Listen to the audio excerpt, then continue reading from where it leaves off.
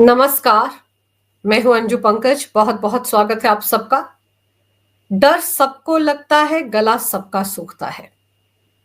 जब बात ऐसी हार जीत की हो जहां पर पूरी की पूरी साख दांव पर लगी हो, तो केजरीवाल का डरना लाजमी है, उनका गला सूखना भी लाजमी है। जितने भी एग्जिट पोल आए हैं उन सब में बीजेपी को 40 से ज्यादा सीटें दी जा रही हैं और आम आदमी पार्टी के लिए कहा जा रहा है कि इस बार वो 15 से 20 सीटें ही हासिल कर पाएंगे, यानी कि उनका सुपड़ा दिल्ली से साफ होने वाला है। वो बात अलग है कि अरविंद केजरीवाल शुरुआत से कहते आ रहे हैं कि उनकी पार्टी को 70 में से 55 सीटें मिलने वाली हैं, लेकिन आप देखिए किस तरह की नौटंकी इस वक्त आम आदमी पार्टी में चल रही है। अगर आम आदमी पार्टी को 55 सीटें मिलने का पूरा भरोसा है, जैसे कि अरविंद केजरीवाल कह रहे हैं, तो फिर इस तरह का ड्रामा करने की क्या जरूरत है। गुरुवार को दिन में आम आदमी पार्टी के राज्यसभा सांसद संजय सिंह ने मीडिया से बात करते हुए दावा किया कि उनकी पार्टी के 7 ऐसे विधायक हैं जिन्हें बीजेपी के नेताओं ने फोन किए, उनको 15-15 करोड़ रुपए ऑफर किया गया और ये कहा गया कि उन्हें मंत्री पद भी दिया जाएगा। बीजेपी की सरकार बनने वाली है और उनको आम आदमी पार्टी को टाटा बाय बाय बोलकर बीजेपी में शामिल हो जाना चाहिए। फिर आगे संजय सिंह ने कहा कि उन्होंने अपनी पार्टी के विधायकों से कह दिया है कि जैसे ही उनको किसी का फोन आए तो तुरंत वो उस फोन की रिकॉर्डिंग कर ले। अगर कोई उनसे मिलने के लिए कहीं बुलाता है तो फिर वहां पर वो किसी ना किसी तरीके से उस मुलाकात की रिकॉर्डिंग कर ले, ताकि सबूतों के साथ ये बात सामने रखी जा सके कि बीजेपी के नेता इस वक्त आम आदमी पार्टी के विधायकों को अपने पाले में लाने के लिए बहुत ज्यादा डेस्परेट हैं, बहुत कोशिश कर रहे हैं। संजय सिंह के बाद अरविंद केजरीवाल ने भी ऐसा ही एक ट्वीट एक्स पर किया। उन्होंने उसमें क्या लिखा, पहले आपको वो बताती हूं। कुछ एजेंसीज दिखा रही हैं कि गाली गलौज पार्टी की 55 से ज्यादा सीटें आ रही हैं। पिछले 2 घंटे में हमारे 16 उम्मीदवारों के पास फोन आ गए हैं कि आप आम आदमी पार्टी छोड़ के उनकी पार्टी में आ जाओ, मंत्री बना देंगे और हर एक को 15-15 करोड़ देंगे।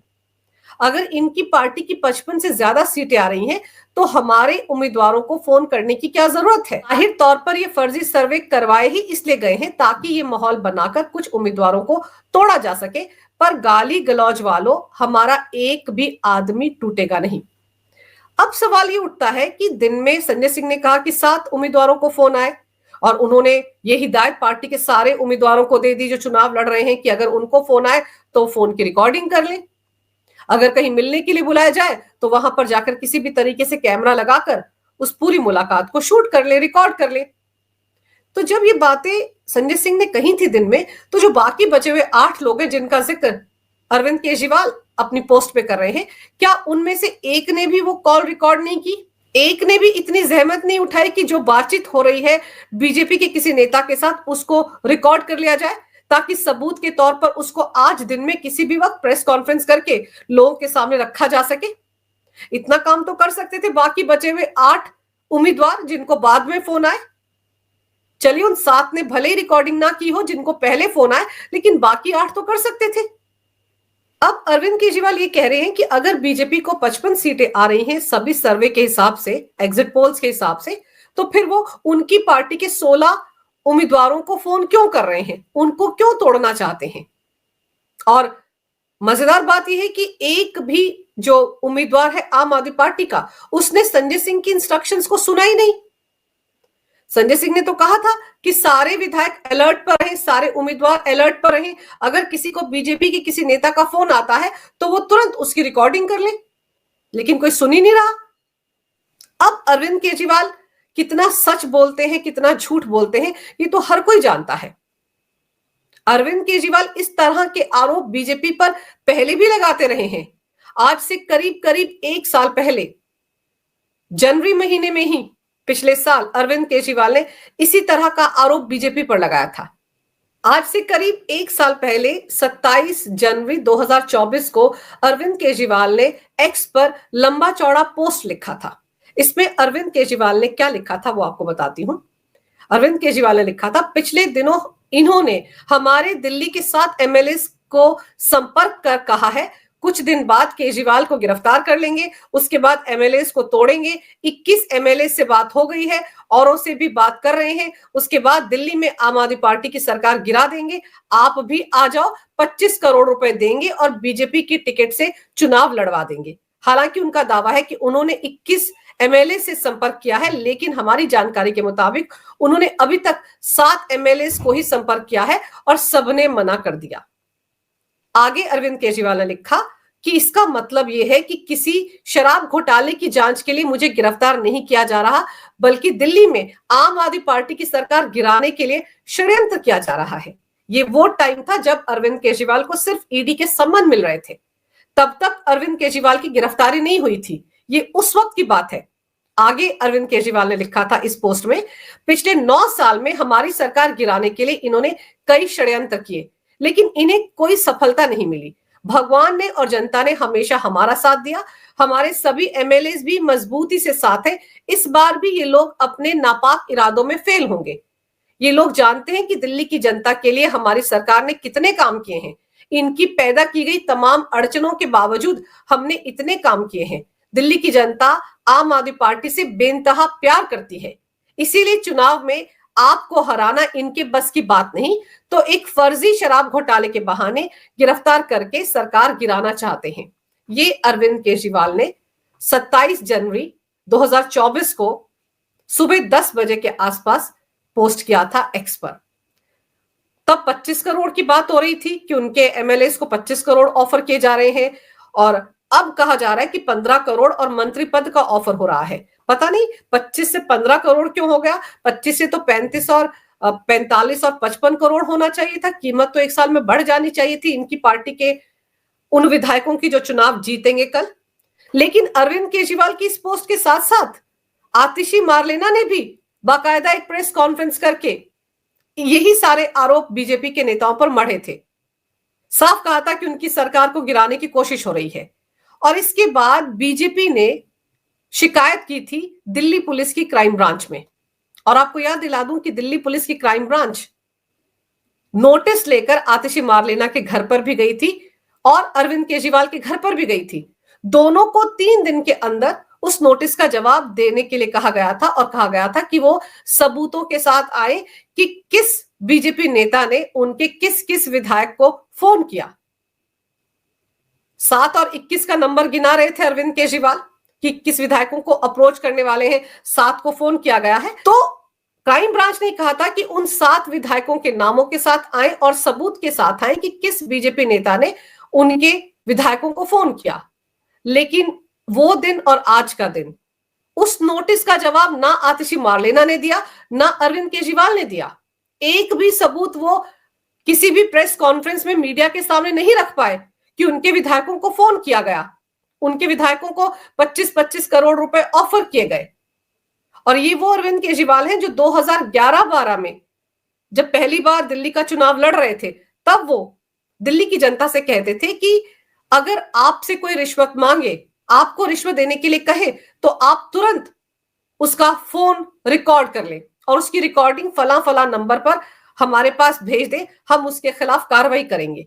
तो इसका मतलब ये हुआ कि दिल्ली की जनता को जो पाठ अरविंद केजरीवाल पढ़ाते थे फोन रिकॉर्डिंग का, वो पाठ उनकी पार्टी के सभी विधायकों ने तो पढ़ा ही होगा। उनकी पार्टी के सभी नेताओं को पता ही होगा कि किस तरह से कॉल रिकॉर्डिंग करनी है। तो फिर उस वक्त भी, पिछले साल जनवरी महीने में भी आम आदमी पार्टी के एक भी विधायक ने बीजेपी के किसी नेता के फोन की रिकॉर्डिंग नहीं की। कोई सबूत मीडिया के सामने नहीं रखा गया कि उनके विधायकों को सच में बीजेपी के नेताओं का फोन आया था या नहीं। क्योंकि जब नोटिस दिया गया क्राइम ब्रांच की तरफ से, तब तो उनको उस नोटिस का जवाब देना चाहिए था, बताना चाहिए था कि उन्होंने किस आधार पर बीजेपी पर आरोप लगाए उनके विधायकों को खरीदने के। लेकिन क्राइम ब्रांच के उस नोटिस के बाद तो आतिशी मारलेना और केजरीवाल की सिट्टी पिट्टी गुम हो गई। उन्होंने इस मुद्दे पर बात करना बंद कर दिया। तो समझने वाली बात यह है कि आप हवाई आरोप क्यों लगाते हैं, काठ की हांडी बार बार क्यों चढ़ाते हैं। जो आरोप अरविंद केजरीवाल पिछले साल जनवरी महीने में बीजेपी के नेताओं पर लगा रहे थे, अब वो जब कल विधानसभा चुनाव के नतीजे सामने आने हैं, उससे एक दिन पहले गुरुवार को इस तरह के आरोप फिर से बीजेपी पर लगा रहे हैं। जबकि खुद कह रहे हैं कि बीजेपी की तो 55 सीटें आने वाली हैं, उनको हमारे विधायकों को फोन करने की क्या जरूरत है। तो जब बीजेपी जीती रही है तो वो आपके उम्मीदवारों को फोन क्यों करेगी।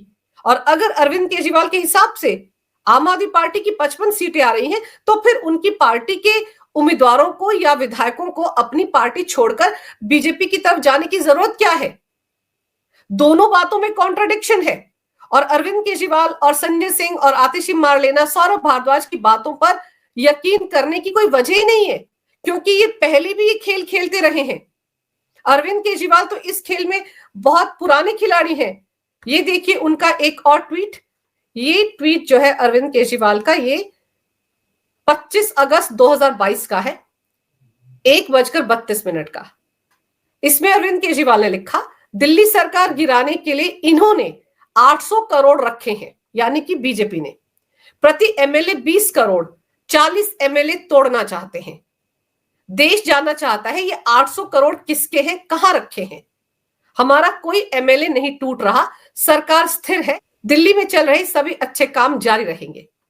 तो आप सोचिए 2022 में बीजेपी ने 800 करोड़ रुपए रखे थे आम आदमी पार्टी के 40 एमएलए को खरीदने के लिए, जबकि बीजेपी के पास अपने 8 विधायक थे। अगर बीजेपी को सरकार गिरानी भी थी आम आदमी पार्टी की, तो फिर उनको क्या 40 एमएलए चाहिए थे। और ये 800 करोड़ का फिगर कहां से आया। अरविंद केजरीवाल ने खुद ही अपने विधायकों की कीमत तय कर दी कि 20 करोड़ रुपए प्रति एमएलए को दिया जाएगा और इस तरह से उनकी सरकार गिराई जाएगी। और अब उन्होंने कहा है कि 15 करोड़ ऑफर हो रहे हैं, और पिछले साल जनवरी महीने में कहा था कि 25-25 करोड़ रुपए ऑफर हो रहे हैं। तो कम से कम अरविंद केजरीवाल इतना तो तय कर लें कि उनके विधायकों की कीमत क्या है। उस वक्त भी ये आरोप उन्होंने बिना सिर पैर के लगाए थे, एक भी सबूत वो मीडिया के सामने नहीं रख पाए थे कि उनके विधायकों को खरीदने की कोशिश कर रही है बीजेपी।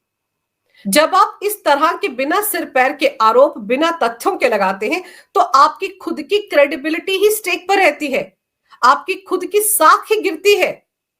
कितनी बार अरविंद केजरीवाल एक जैसे आरोप लगाएंगे। अब तो 2025 आ गया है, कल दिल्ली विधानसभा चुनाव के नतीजे सबके सामने आ जाएंगे, और एक दिन पहले अरविंद केजरीवाल इस तरह के आरोप लगा रहे हैं। क्या मतलब है इनका। अगर उनके पास कोई सबूत है तो उनको वो सबूत सबके सामने रखना चाहिए। और फिर आपको याद होगा जब मनीष सिसोदिया को सीबीआई ने समन भेजा था, तो मनीष सिसोदिया ने भी एक प्रेस कॉन्फ्रेंस करके दावा किया था कि बीजेपी उनको खरीदने की कोशिश कर रही है। तब सिसोदिया ने यह भी कहा था कि उनके पास फोन रिकॉर्डिंग है और समय आने पर उस रिकॉर्डिंग को वो सबके सामने रखेंगे। फरवरी के आखिरी हफ्ते में 2023 में उनको सीबीआई ने गिरफ्तार किया था। करीब करीब 17 महीने तक वो तिहाड़ जेल में रहे, लेकिन इस दौरान उन्होंने एक बार भी वो फोन रिकॉर्डिंग बीजेपी के नेता की, जो उनको बीजेपी में आने के लिए ऑफर दे रहे थे, वो रिकॉर्डिंग पब्लिक डोमेन में रखी ही नहीं। किस दिन का इंतजार कर रहे थे सिसोदिया। उन्होंने कहा था ना कि समय आने पर उस रिकॉर्डिंग को सबके सामने रखूंगा। तो वो जो 17 महीने तिहाड़ जेल में रहे, उस दौरान एक बार भी वो समय नहीं आया। तो जब आप इस तरह के आरोप लगाते हैं तो आपको उन आरोपों के सबूत भी देने चाहिए। और फिर आतिशी मारलेना, जब उनका नाम भी शराब घोटाले में सौरभ भारद्वाज के साथ अरविंद केजरीवाल ने लिया था कोर्ट के सामने और कहा था कि विजय नायर इन दोनों को रिपोर्ट करता था, उसके एक दिन बाद आतिशी मारलेना ने प्रेस कॉन्फ्रेंस की थी और दावा किया था कि बीजेपी ने उन्हें अपनी पार्टी में शामिल होने का ऑफर दिया है। उन्हें यह कहा है कि अगर वो अपने राजनीतिक करियर को बचाकर रखना चाहती हैं तो उनको बीजेपी में आ जाना चाहिए। उनसे भी सबूत मांगे गए थे, तो उनका कहना था कि उनके किसी रिश्तेदार के घर पर आकर बीजेपी के नेता ने यह ऑफर दिया था। क्या सच में इस तरह से किसी को ऑफर दिया जाता है कि वो पार्टी छोड़कर दूसरी पार्टी में आ जाए। और अरविंद केजरीवाल ने वो जो 7 विधायकों को बीजेपी ने 25-25 करोड़ में खरीदने की कोशिश की थी, उसको लेकर दिल्ली विधानसभा के अंदर ये कहा था कि उनके विधायकों को किसी को पार्क में ऑफर दिया गया था, किसी को किसी के रिश्तेदार के जरिए ऑफर दिया गया था, इसलिए कोई रिकॉर्डिंग नहीं कर पाया। इससे पता चलता है कि जो आरोप आम आदमी पार्टी बीजेपी पर लगाती है, वो आरोप सही मायने में कितने सच है। एक बार भी पिछले 8-9 सालों में या 10 सालों में जब जब अरविंद केजरीवाल ने बीजेपी पर उनके विधायकों को खरीदने का आरोप लगाया, एक बार की भी कॉल रिकॉर्डिंग वो किसी के सामने नहीं रख पाए, कोई सबूत किसी के सामने नहीं रख पाए। तो उनकी बातों पर कोई यकीन करे तो कैसे करे? यही काम वो गुरुवार को कर रहे हैं। दिन में संजय सिंह ने आरोप लगाया कि 7 विधायकों को 15-15 करोड़ रुपए ऑफर किए गए, और शाम होते होते अरविंद केजरीवाल ने 16 उम्मीदवारों के नाम ले लिए। तो समझने वाली बात यह है कि अरविंद केजरीवाल या संजय सिंह दिल्ली विधानसभा चुनाव के नतीजे आने से पहले इस तरह के आरोप लगाकर क्या साबित करना चाहते हैं। लेकिन फिर सवाल यह है कि ये जो 16 उम्मीदवार हैं जिन्होंने अरविंद केजरीवाल तक ये खबरें पहुंचाई कि उनको बीजेपी नेताओं के फोन आ रहे हैं, कहीं वो सब मिलकर अरविंद केजरीवाल के साथ कोई खेल तो नहीं खेल रहे? ये सब आरोप सिर्फ हवाबाजी ही हैं। अगर सबूत है तो अरविंद केजरीवाल को आज दिन में बाकायदा बैठकर प्रेस कॉन्फ्रेंस करके बीजेपी के नेताओं को एक्सपोज करना चाहिए, बताना चाहिए कि कौन कौन लोग हैं जो उनकी पार्टी के नेताओं को खरीदने की कोशिश कर रहे हैं, और अगर उनके पास सबूत है तो सीधे दिल्ली पुलिस में जाकर शिकायत करनी चाहिए। बिल्कुल वैसे जैसे बीजेपी ने भी शिकायत की थी अरविंद केजरीवाल की पिछले साल जनवरी महीने में, जिसका नोटिस क्राइम ब्रांच ने दिया था आतिशी मारलेना और अरविंद केजरीवाल को, सबूत दिखाने के लिए कहा था ना क्राइम ब्रांच ने।